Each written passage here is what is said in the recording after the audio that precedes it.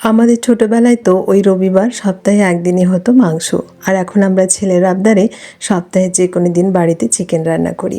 আজ অবশ্য বানাচ্ছি চিকেন ভর্তা। জলটা গরম করে তাতে গরম মশলা দিলাম, দুটো তেজপাতা, তারপর চিকেনটা 20 মিনিট সেদ্ধ করতে দিয়ে দেবো। অন্যদিকে 3টে পেঁয়াজ আমি চপারে কুচি করে নিয়েছি, আর এখানে 20খানা রসুন, 1 ইঞ্চি আদা, 2টো কাঁচা লঙ্কা প্রথমে পেস্ট করে নিলাম। তারপর 4টে কাজু আর 2টো টমেটো আমি পেস্ট করে নিচ্ছি। চিকেন সেদ্ধ হয়ে গেছে, এরপর হাতের সাহায্যে চিকেনটাকে আমি এইভাবে কুচি কুচি করে নিচ্ছি।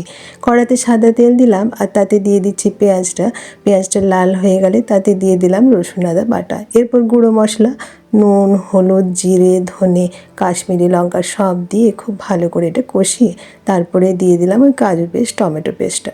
এরপর তো তোমরা সকলেই জানো খুব ভালো করে মশলাটা কষাতে হবে, আর মশলা থেকে তেল ছেড়ে এলেই দিয়ে দেবো ওই কুচি করে রাখা চিকেনগুলো। এরপর চিকেন কুচি আর মশলা খুব ভালোভাবে নাড়াচাড়া করতে হবে বেশ খানিকক্ষণ। তারপর নাড়াচাড়া হয়ে গেলে দিয়ে দেবো খানিক কেশরি মেথি আর চিনি, স্বাদটাকে ব্যালেন্স করার জন্য।